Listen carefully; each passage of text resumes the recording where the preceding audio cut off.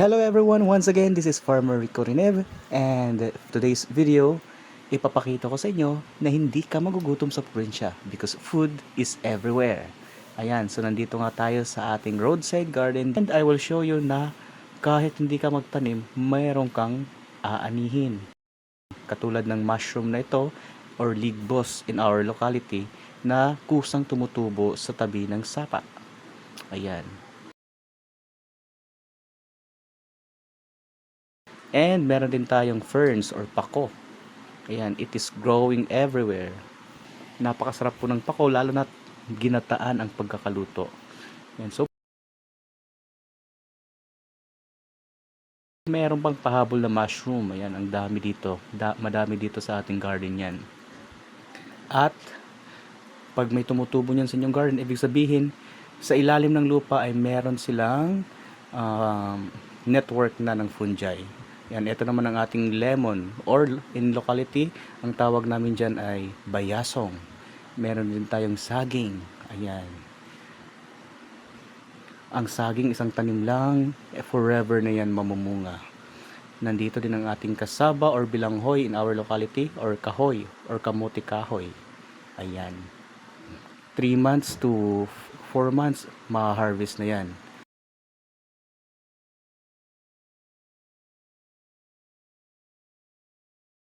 Ayan, so nandito pang ating mga saging, iba't ibang variety po yan. Ayan, nasa gilid lang yan ng kalsada. Ayan, so let's start harvesting our bananas. Ayan, una ay ang tinatawag namin ditong kusta.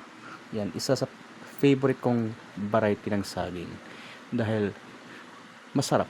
Ayan.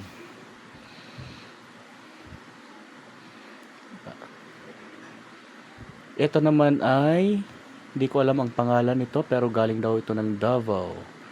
Ayan, yung lasa niya ay parang hindi ko alam. Yan, so medyo maliit lang ng bunga nito, katulad din ng kusta pero iba yung lasa. Ito naman ang ating ayan, marami pang puso. Yan. Ito naman, ito din yung galing Davao na saging. Ayan, at parang may nauna nang mag-harvest. Ayan, dahil nasa gilid lang ito ng ating bakod. Ayan, oh. Mga yapak ng mga batang makukulit. Naunahan na tayo sa mga hinog. Ayan, ayan, ayan. Kasi nga yung bakod natin sa garden ay sira na. Ayan, sana may mag-sponsor dyan ng Mavwire. Ayan.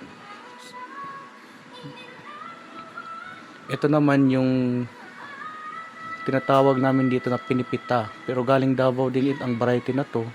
Pinipita siya pero wala siyang buto. Kasi yung pinipita dito sa amin ay maraming buto.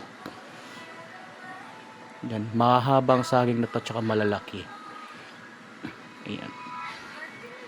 And tapos na tayong mag-harvest. Ngayon naman ay mag-trim tayo ng ating mga ayan, poste. Dahil yung poste natin ay mga puno na.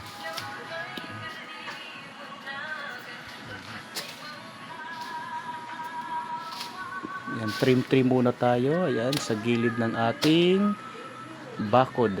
Dahil sobrang kapal na ng mga sanga. Hindi na naarawan masyado yung ating mga tanim. And that's it everyone. Sana nag-enjoy kayo sa video nito. And hope you like, share, subscribe, and comment down.